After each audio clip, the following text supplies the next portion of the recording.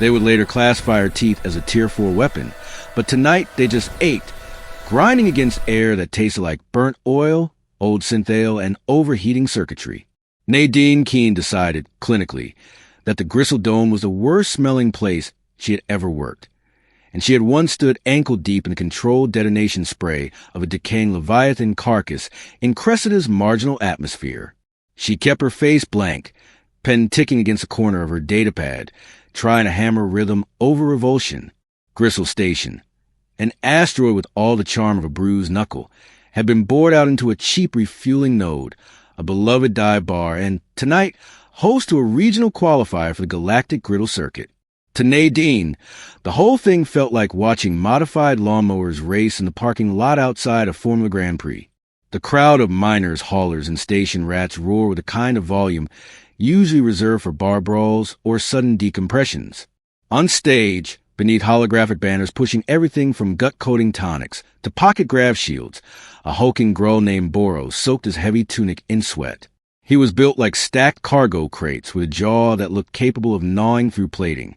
In front of him waited a single-pitted lump the color of dried blood. And Boro the Grinder faces his last meteor nugget. The announcer boomed, voice like gravel rattling in a drum. 19 minutes locked in Mortal Kombat station time.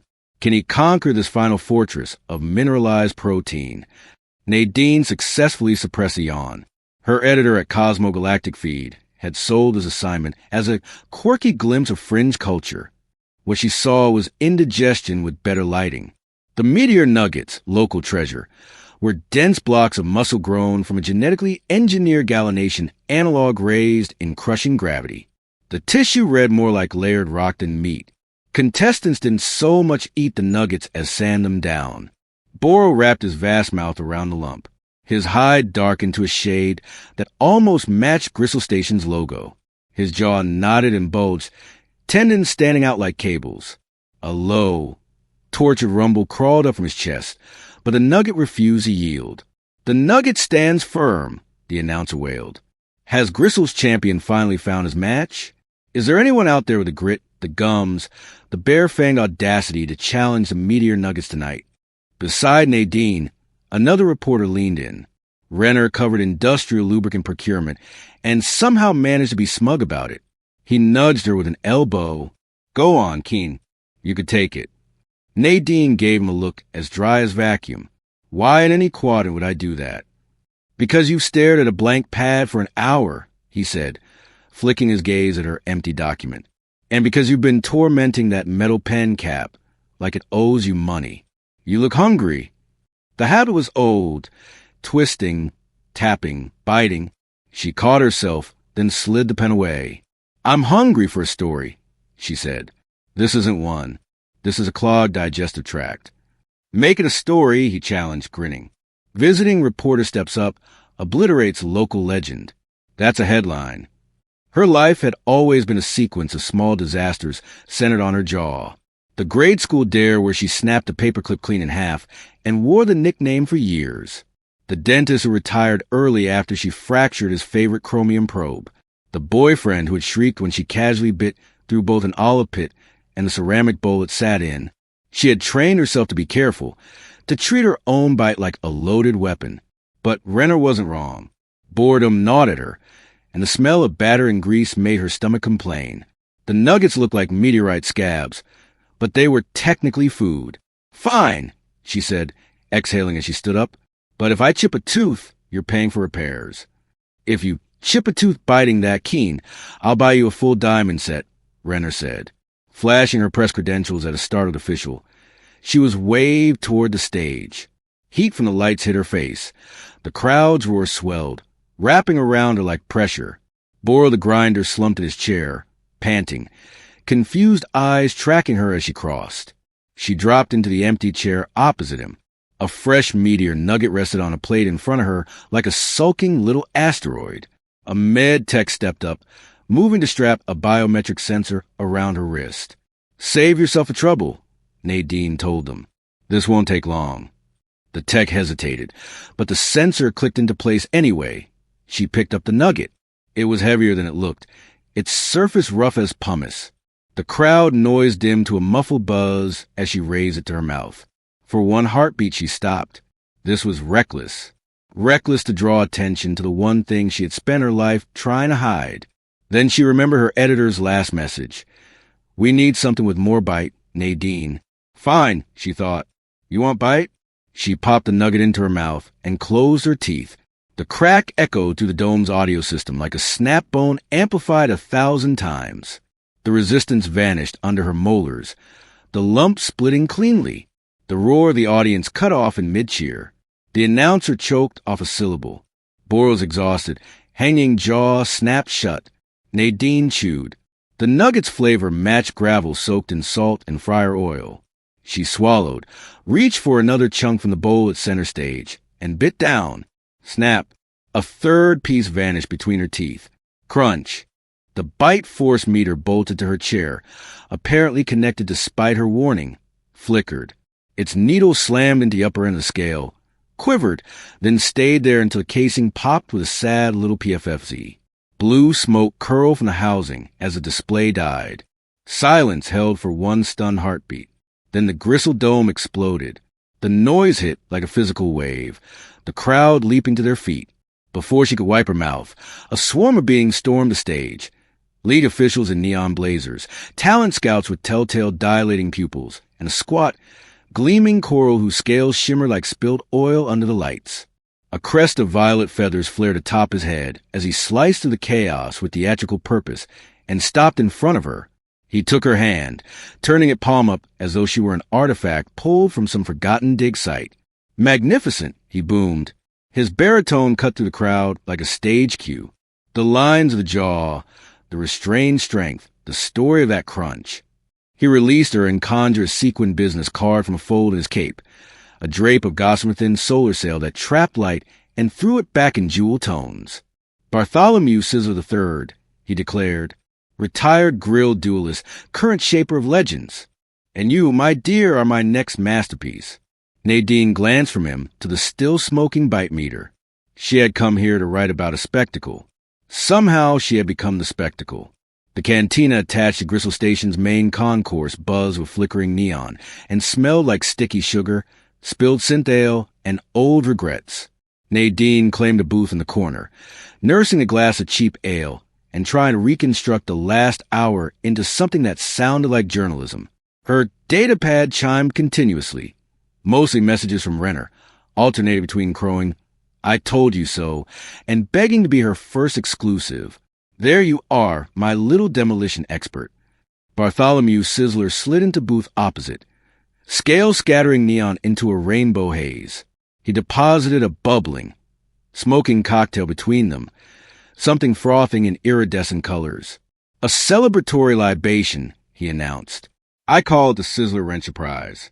The surprise is that it's mostly industrial ethanol." "I'll stick with this," Nadine said, tapping her ale. "And for the record, I'm a writer, not a sideshow." "Nonsense."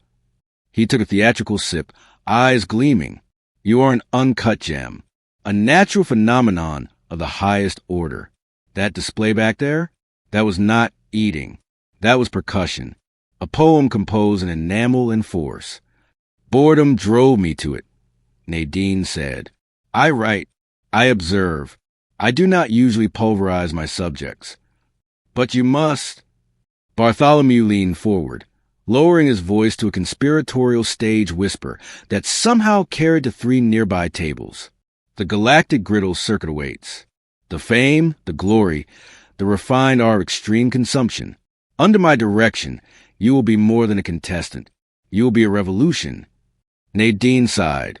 "Look, Mr. Sizzle Wrench." "Bartholomew," he corrected smoothly. "Bartholomew. Appreciate the enthusiasm, but this," she tapped her jaw, "isn't a miracle. It's a defect. I grew up being told to chew slowly like I was handling explosives. I've broken plates, cutlery, and an alarming number of dental tools. I got called paperclip in school because I bit one in half during a test. It's not glorious. It's embarrassing." "A freak show?" he asked gently. "My dear, freak show is the main attraction. We simply rename it." He snapped his claws, eyes alight. Forget paperclip. We go dignified. The jaw justice. The molar marauder. Nadine the Crusher Keen. Please stop, she groaned, massaging her temples. I'm a journalist. I need distance. Objectivity. Gnawing mineral bricks in front of screaming fans does not scream serious columnist. Before Bartholomew could launch into another monologue, a calm voice cut through the noise. Perhaps I can provide a more empirical frame. A man stood by their table, lean and athletic, posture precise as if calibrated. He held a compact hollow projector in one hand. His eyes studied Nadine with a measured intensity that contrasted sharply with Bartholomew's showmanship. Behold, Bartholomew said, sweeping a claw, the incomparable Soren Valen, biomechanist, nutritionist, and the cold, sober science to my blazing artistic fire. I hired him this afternoon. Soren, meet our diamond in the rough. Soren gave Nadine a small nod. Nadine Keen, he said, I watched your performance. It was exceptional. He activated the hololith projector. A rotating human skull appeared above the table, translucent and annotated with data. With a swipe, the image shifted. The jaw thickened, muscles lit up in bright crimson overlays. This, he said, pointing, is a baseline human skull. And this is the scan I pulled from the arena's medical sensors before you destroyed their equipment. Heat crawled up Nadine's neck. She was staring at an anatomically precise version of her own head. Your masseter muscles exhibit myostatin suppression comparable to grav polo athletes. Soren continued. The enamel's layered structure is extremely dense, closer to industrial diamond plating than to typical biological ceramic. Your jaw apparatus is a marvel of mechanical efficiency. It's a gift, Bartholomew said, beaming. It usually ends with me snapping spoons while eating soup, Nadine muttered. Your peak bite force registered at over 9,000 psi before the sensor failed. Soren went on, unbothered. The Industrial Crusher Claw 5000, the standard alloy testing rig, maxes out at 8,000. You could have punctured the plate and taken a bite out of the table. Embarrassment flooded her again. But underneath it, something else, an edged, unfamiliar note of pride. Data made it real in a way accidents never had. Fascinating, isn't she? Bartholomew said. Now, about your contract. My options are open, Nadine said quickly. I'm not signing anything. I already have a job. A job writing puff pieces about asteroid drill bits. Bartholomew scoffed. Meanwhile, destiny is calling. Loudly, in surround sound. It's a good job, she replied. I'm building a portfolio. Eventually, I want a syndicated column. A real one. Bartholomew and Soren exchanged a look. The showman's feathers shifted, drama slipping into calculation. A syndicated column, Bartholomew repeated softly. On a major network. That's the dream. Nadine hesitated, then nodded. Very well. He leaned back, steepling clawed fingers. What if I told you the Galactic Griddle Championship offers more than a heap of credits? The grand prize includes a 1-year guaranteed columnist contract with the official GGC Media Network. Prime placement. Your face and word in front of 200 billion sentients. Time seemed to stutter. The GGC Media machine was massive. A column there wasn't a foot in the door. It was a teleport to the top floor. The kind of break she'd expected to chase for 10 more years on remote outpost assignments. What's the catch? She asked automatically. Bartholomew's grin turned feral. You have to win the whole blessed thing. She looked from his glittering eyes to Soren's steady gaze, then up at the hovering scan of her own jaw. Her path to the career she wanted always looked like a slow, careful climb. Now another route had opened in front of her, a loud, ridiculous road paved in shattered food and questionable dignity. She reached for the Sizzler wrench of prize. All right, she said and took a sip. It burned like rocket exhaust laced with battery acid, leaving her eyes watering. One trial run. But if I'm ever required to wear a cape, I walk. Excellent, Bartholomew crowed, clapping. His feathers quivered with delight. We'll start with something tasteful and understated. Perhaps a shawl. Training began at dawn, and by midday Nadine was convinced she had joined a circus run jointly by a philosopher king and a lab rat fanatic. Bartholomew's curriculum was pure theater. No, no, no, darling, he lamented as she chomped through a plate of petrified Yithian sea cucumbers. You are not merely ingesting. You are communicating. The plate is your stage. The food, your co-star. The bite is the climax. You must offer tension, release, narrative. Present the cucumber. Admire it. Let the audience taste the anticipation. Then you bring down the hammer. Feeling foolish, Nadine lifted a leathery sea cucumber and held it up like Hamlet contemplating Yorick. She paused, narrowed her eyes, let the training camera linger, then snapped down with a flourish. To her surprise, the replay looked compelling. She refined the motion, an almost imperceptible pause, a tilt of her head, a subtle tightening at the corners of her eyes. The training feeds adored it. Bartholomew dubbed it her death sentence look. Soren's regimen was the opposite, clinical precision and punishing repetition. He strapped resistance pads to her jaw, calibrating them to specific force thresholds. Isometric clench, he instructed, hold, breathe, release. Her muscles burned. Her heart thumped in her ears. He ran her through gravity sim drills, metabolic conditioning, and hydration cycles designed to keep her functional over multi-hour events. Competitive eating requires more than strength, he said, watching her biometric readouts. You must manage fatigue, lactic acid in the masseters, and overall systemic stress. Your jaw is a high-performance engine. Engines need maintenance. He had her bite through a gallery of strange materials. Crystallized sugar with steel-level tensile strength, fibrous fungal strands tougher than cables, brittle mineral wafers. Under his guidance, she learned to treat her own dentition like a toolkit. Incisors to puncture, canines to rip, molars to crush and grind. One afternoon, he called her over to the imaging console. Her 3D jaw scan filled the hollow display, rotating slowly. Soren zoomed in on a single tooth. Look here, he said, tracing the fine, layered lines etched through the enamel.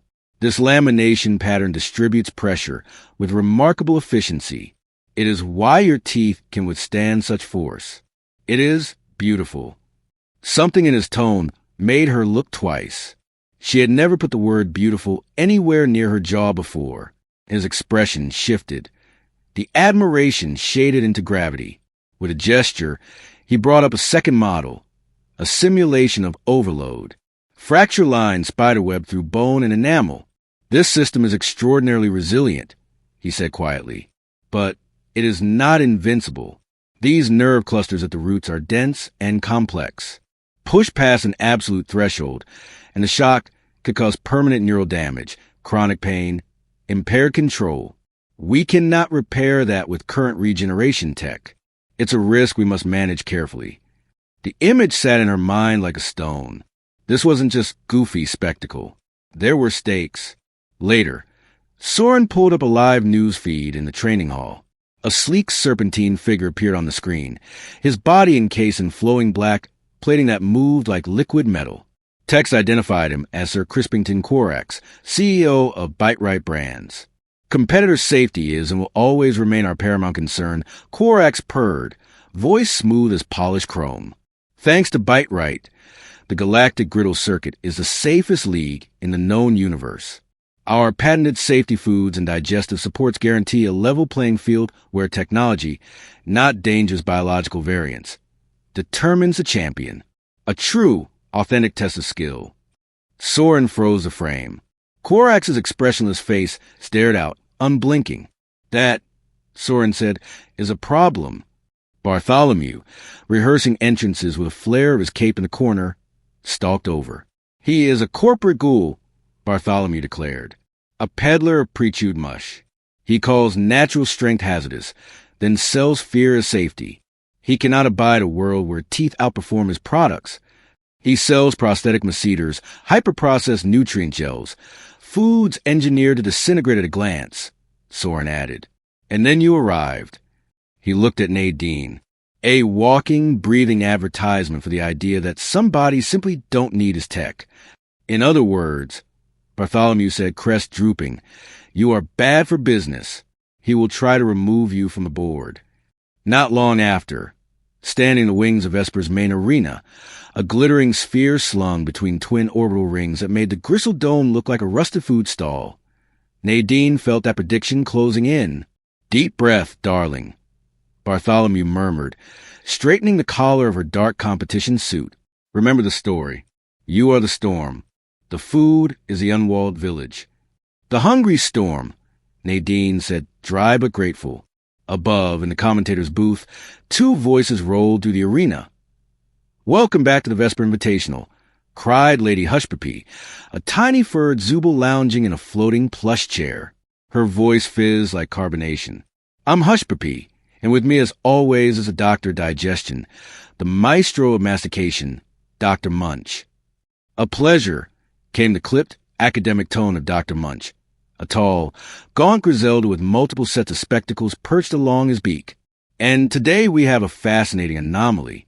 A human competitor, Nadine Paperclip Keen. Preliminary scans indicate highly unconventional jaw musculature and enamel density.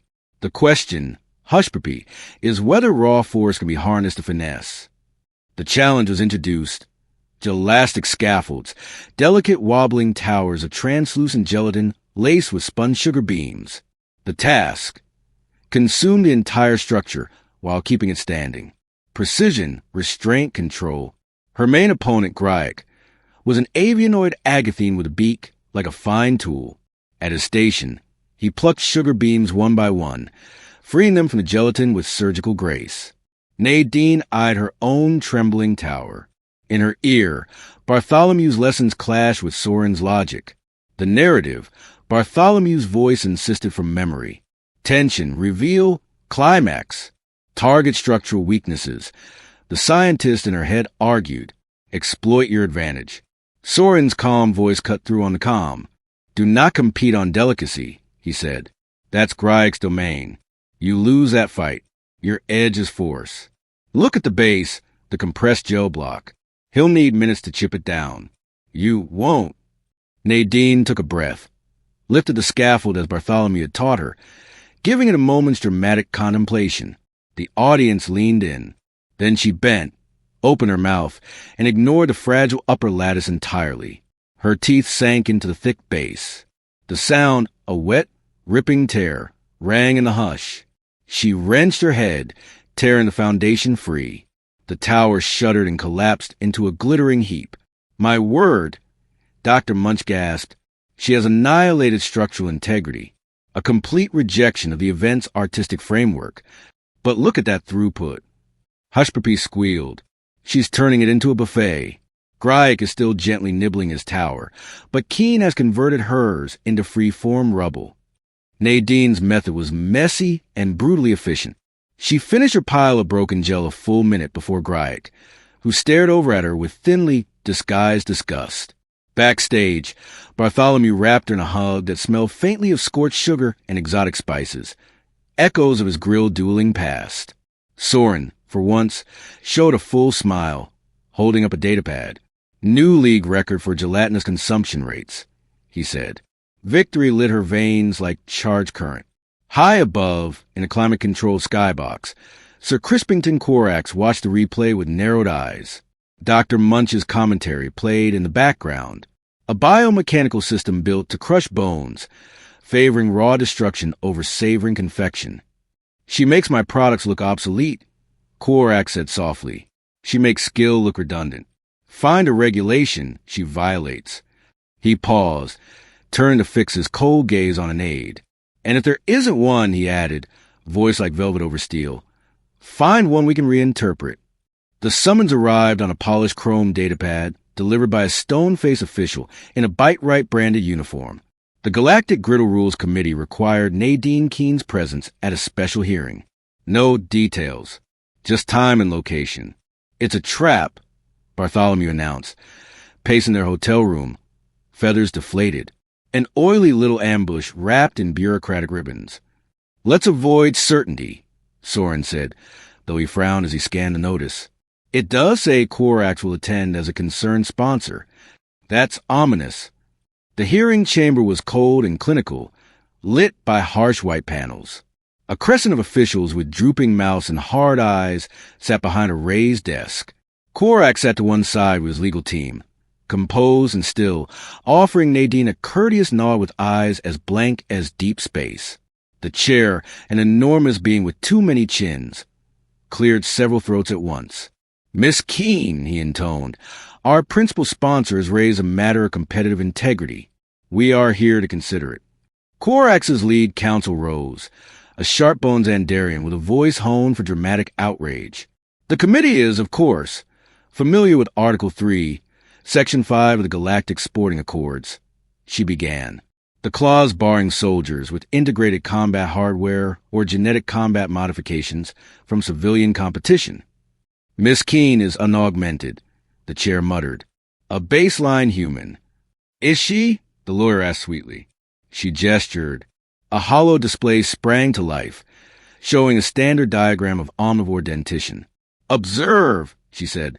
"Incisors for cutting, canines for piercing, premolars for shearing, molars for crushing. A multifunctional system, a toolkit installed at birth. Unlike specialist herbivore or carnivore structures, this configuration provides a flexible array of destructive options, a natural multi-tool. One might reasonably compare to integrated hardware, military equipment grown instead of bolted on." Behind Nadine, Bartholomew sputtered. "Our client BiteRight has invested unfathomable resources into safety," the lawyer continued, voice dripping with righteous concern. "Their product ensures that all competitors participate in a controlled environment where artificial supports, not dangerous biological extremes, shape outcomes. Miss Keen's extraordinary natural advantages circumvent these measures. Her biology poses a direct threat to the sport's core principles."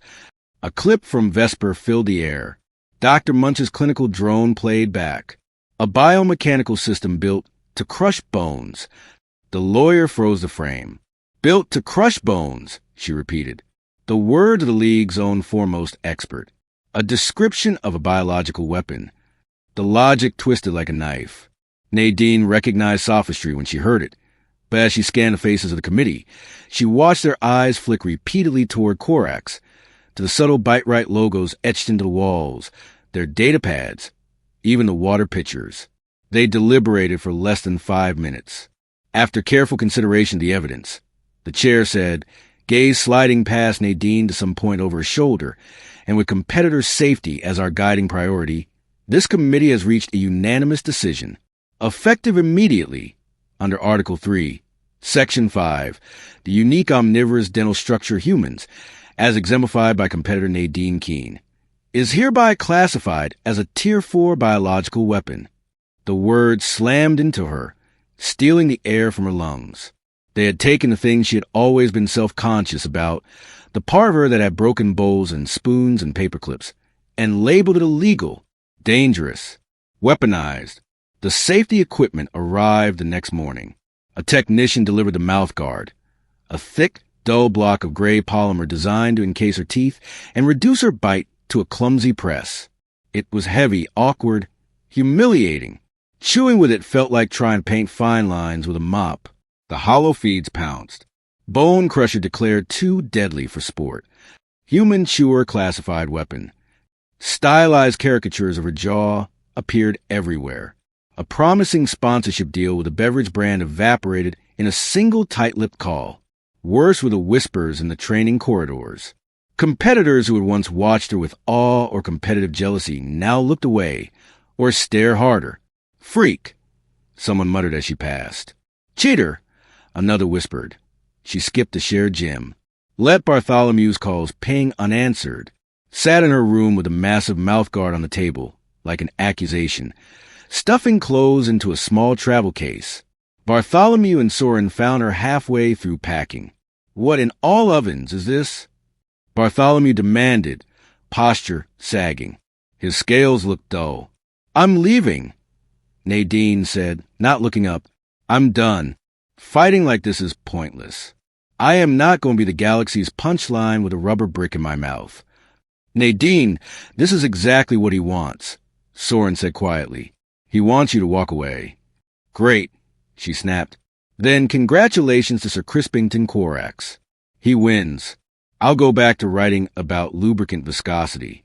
Not glamorous, but at least my incisors are just teeth. So that's it, Bartholomew asked softly. The legend ends at Act 1. The legend requires an audience, Nadine said. I'm the only one still clapping. I'm done. She yanked the zipper shut and pushed past him to the door. Wait, Soren said, voice sharp enough to stop her mid-step. Korax's move hit more than you. He stepped into the hallway, raising his hololith projector. News alerts blossomed in the air.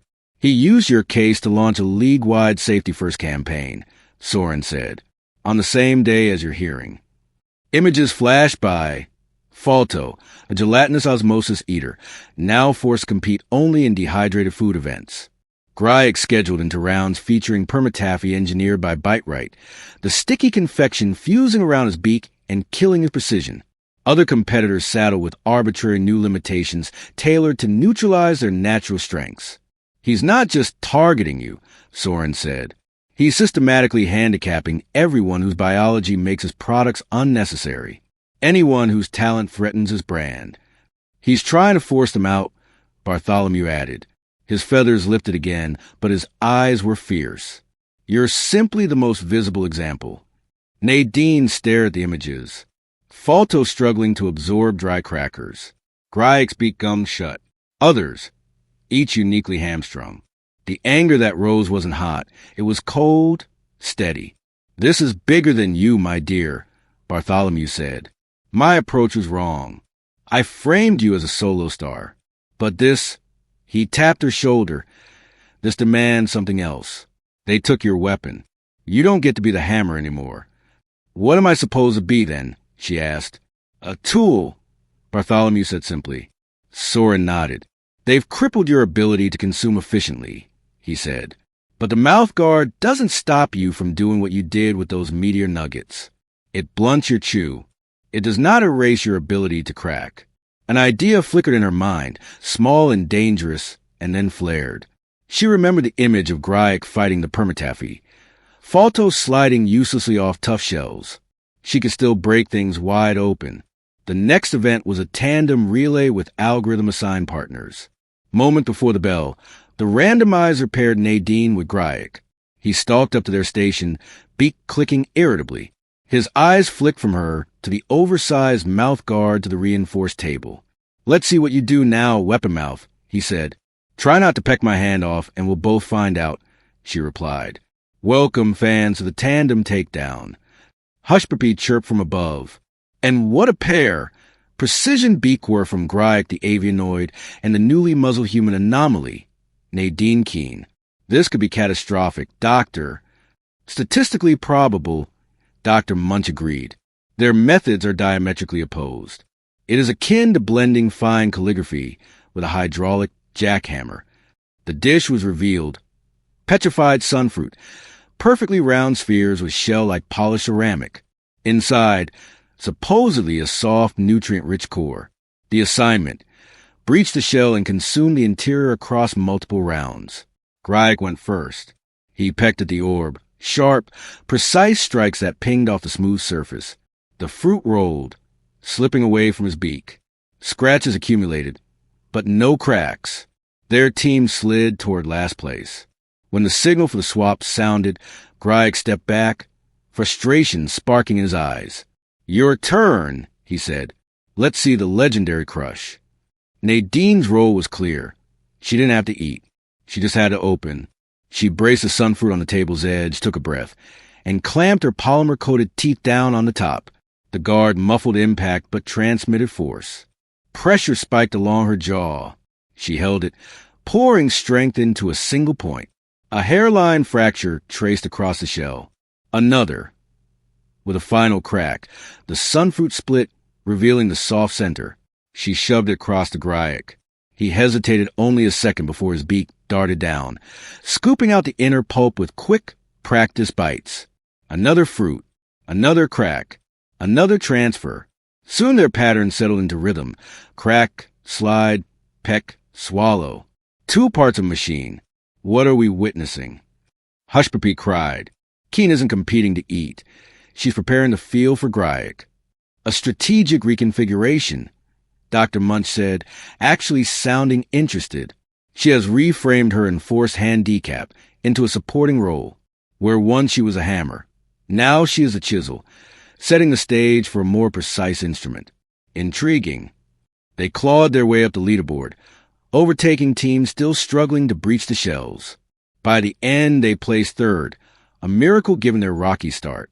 As they left the floor, Gryak stopped. He inclined his head, just enough to be unmistakable. "Your crack was acceptable," he said.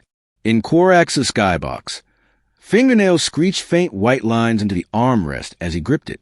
"She adapts," he hissed. "She forms alliances. I want another rule. No direct assistance in side pods. One in, one out. Isolate her." The new restriction had unintended consequences. A few days later, Gryak walked into Nadine's training hall. Others followed. Falto, translucent and shimmering, a thick-jawed Zyapej named Rill who saw like Bite had been labeled unfair, and several more, each wearing a new handicap courtesy of BiteRight Safety Crusade. "The Pythian keeps changing rules to favor his tools," Gryak said, his voice a series of sharp clicks. "This is dishonorable." "He's rigging the board," Rill added, grinding his altered jaws, stacking it until only his gear can win. "And I'm a journalist," Nadine said, feeling the cold, clean burn of anger settle in. "If there's one thing I know how to do, it's pry open rig systems." They all looked at her. "So," she said, "we changed the game." Their training sessions became a laboratory and a rehearsal hall for rebellion. Soren took command of strategy, mapping every new rule, cross-referencing every physiology. He built nutritional plans for a dozen wildly different species. An unheard-of feat, he designed endurance drills and jaw-safe workarounds. He analyzed where each competitor's natural strengths intersected with the loopholes in BiteRight's products. Bartholomew became their choreographer. "This is no longer a parade of solo acts," he proclaimed, cape swirling. "This is an ensemble. A ballet of bites, a symphony of swallows. Each of you is a note, and together we make something Korax cannot package." He marked lines on the floor, timing handoffs to tenths of a second. He drilled them on entrances, exits, and shared flourishes designed to turn every relay into a story of cooperation. Their sessions drew observation. Members of a rival team, not yet targeted by the safety-first measures, started watching from the sidelines. After one particularly complex crack and peck maneuver on a vitrified gourd, the rival captain, a stoic Keastel, gave Gryak a curt nod of respect. The feeds dubbed Nadine's growing alliance the Outsiders Coalition, a motley collection of freaks and specialists united by the simple fact that Korax had decided their biology was bad for business. One evening, amid the clatter and grunting of training, Soren tightened the straps on a new custom mouthguard for Nadine. He had printed it himself, lighter, shaped her jaw with surgical precision. Still a handicap, but less of a cartoon muzzle. As he adjusted the fit, his hands framed her face. His touch was careful, clinical, and lingered a heartbeat longer than required. Nadine met his gaze. The surrounding noise faded to a soft blur. "Thank you," she said quietly, "for all of this, for believing I could be something more than a punchline with teeth." "At first," Soren admitted, a small, genuine smile breaking through his usual composure, "it was purely scientific interest. The data set was unique, but the data has become more complex." Across the room, Bartholomew guided a gelatinous youth through an elaborate spin. Nadine looked from them to the assembled coalition. For the first time, she felt rooted. They weren't just her mentors or fellow competitors. They were her team, and together, they were headed toward the championship. The Celestial Carousel was more than an arena. It was a monument to corporate ego, a rotating ring station with 5 massive pods, each simulating different environments. BiteRight had paid for almost all of it. Their logo glowed from every surface like a smug halo. "Welcome, ladies, gentlemen, and assorted sapient beings," Hushpuppi cried as the Galactic Griddle Championship finals began. "We've had a season of scandal, controversy, and breathtaking consumption. Tonight, it all comes down to this." On one side, Dr. Munch said, the Outsiders Coalition led by Nadine Keen. On the other, Sir Crispington Corax's BiteRight champions, a carefully engineered team of generalists, each optimized for synergy with BiteRight technology, a clash of ideologies as much as appetites. The coalition stepped into the central hub. The scale stole Nadine's breath. Fans filled tiered stands in every direction. Hollow screens magnified faces, dishes, and tension. Corax's polished image appeared 20 meters tall, projected above them. "Greetings," he said pleasantly. "In the interest of ensuring a truly fair, safe test of skill, I am invoking the Commissioner's discretionary clause for a final integrity challenge." Nadine's stomach tightened. Each of tonight's 5 stages will feature an experimental product from BiteRight's Extreme Safety line. Corax continued. "These dishes are designed for optimal consumption using our proprietary tools, which we will provide. This ensures that the true champion is the one with the best strategy and technique, keeping innate biological anomalies from unbalancing play." A groan rippled through the coalition. "He's terrified," Nadine said softly, drawing her teammates into a tight huddle. "That's why he's doing this. He has to rebuild the battlefield under our feet." "We can't beat his own tools," Falto whispered. "We don't have to," Nadine said. He forgot something. The event is still structured as a relay. The new rule keeps 2 of us from working inside a pod simultaneously, but it still has to allow a handoff or the whole format breaks. That's our window. She looked at them, Falto, Gryek, Rill, the others, Bartholomew, Soren. Soren gave us the science. Bartholomew gave us our choreography. We know how to chain our strengths. We'll treat his dishes like puzzles we prep for the next eater. We'll turn his product showcase into a team stress test. Determination hardened their faces. "He built this as an ad," Nadine said. "We're going to turn it into a story." The first pod hissed open, revealing a 0G chamber lit by soft blue. Spheres of pale, trembling foam drifted in the air. Stage 1, no G soufflés. Hushpuppi announced. Delicate orbs of aerated protein held in a sonic containment field. Competitors must consume them before they pop.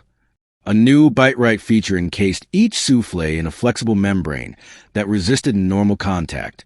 Falto launched himself, pseudopods reaching, but slid off uselessly. Nadine pushed off on the wall, mag boots releasing.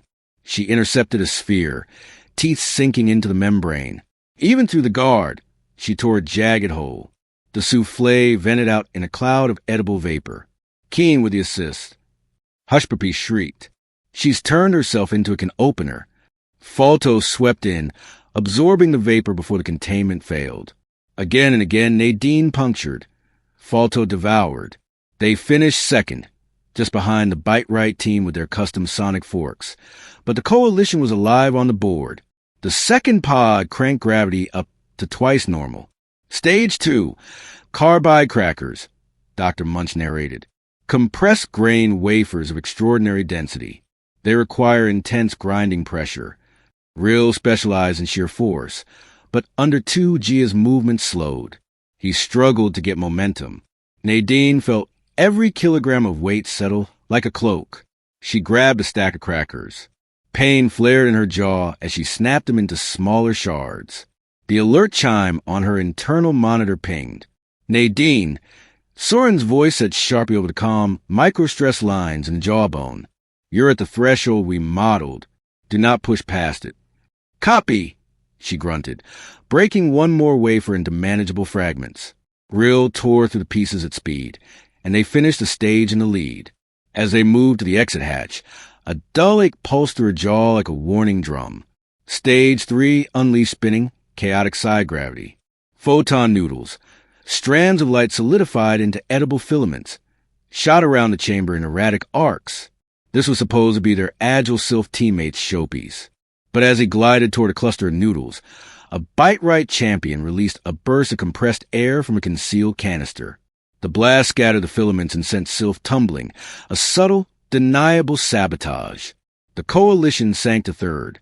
Gryek and Rill turned on each other in the pod's exit lock, voices clipped and sharp. "Enough!" Nadine's shout sliced through their argument.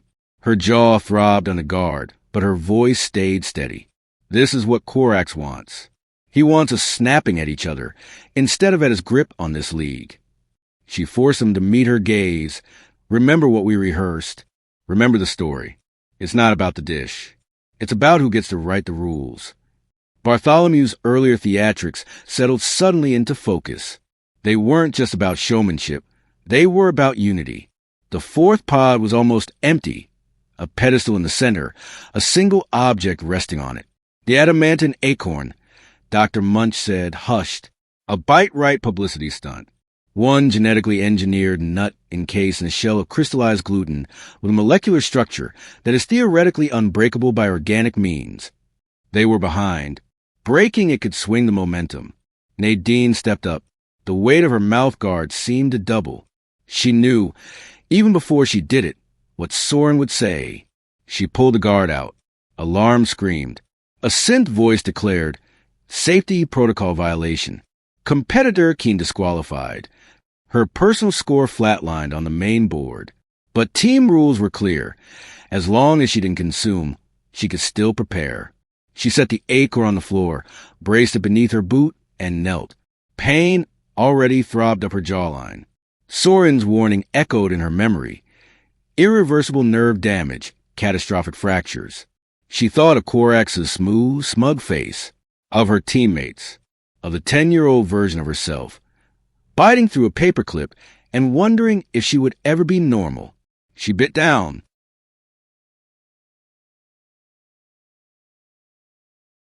Pressure built until the world narrowed to a single point of contact and a bright, lancing agony.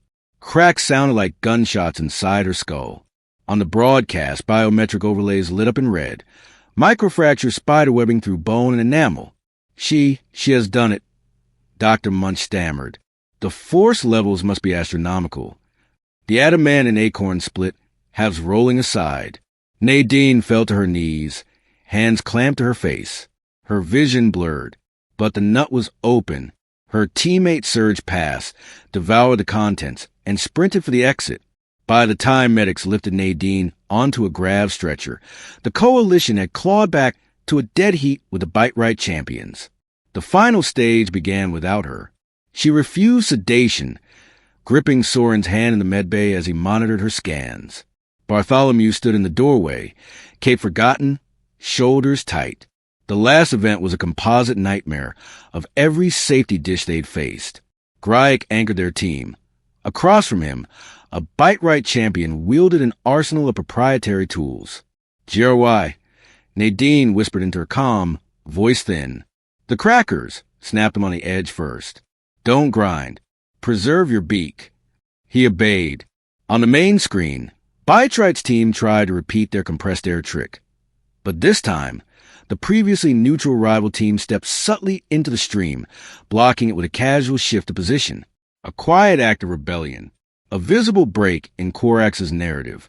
Everything came down to one last petrified sunfruit. The BiteRight champion fumbled with a cracking device designed to make every competitor reliant on branded tech. Grayek braced the fruit on the table, struck with sharp, focused peck. The technique Nadine had shown him. The shell shattered. He swallowed the last bite a heartbeat before his opponent. The celestial carousel erupted. The Outsiders coalition had won. In the medbay, Nadine smiled despite the pain. The doctor finished his analysis and turned to her. The fractures we can stabilize, he said gently. But the nerve web, you burned it. The damage is permanent. If you ever subject your jaw to that level of stress again, you'll face chronic, debilitating pain. Your competitive career is over.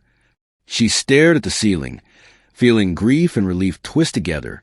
The broadcast replays of her final bite and the sabotage attempts hit the feeds like a meteor storm. Sponsors abandoned BiteRight en masse.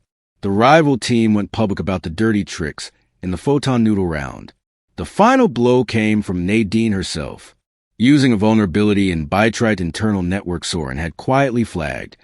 She used her old press credentials to cultivate a contact inside Korax's marketing division. The data packet she sent her former editor contained everything.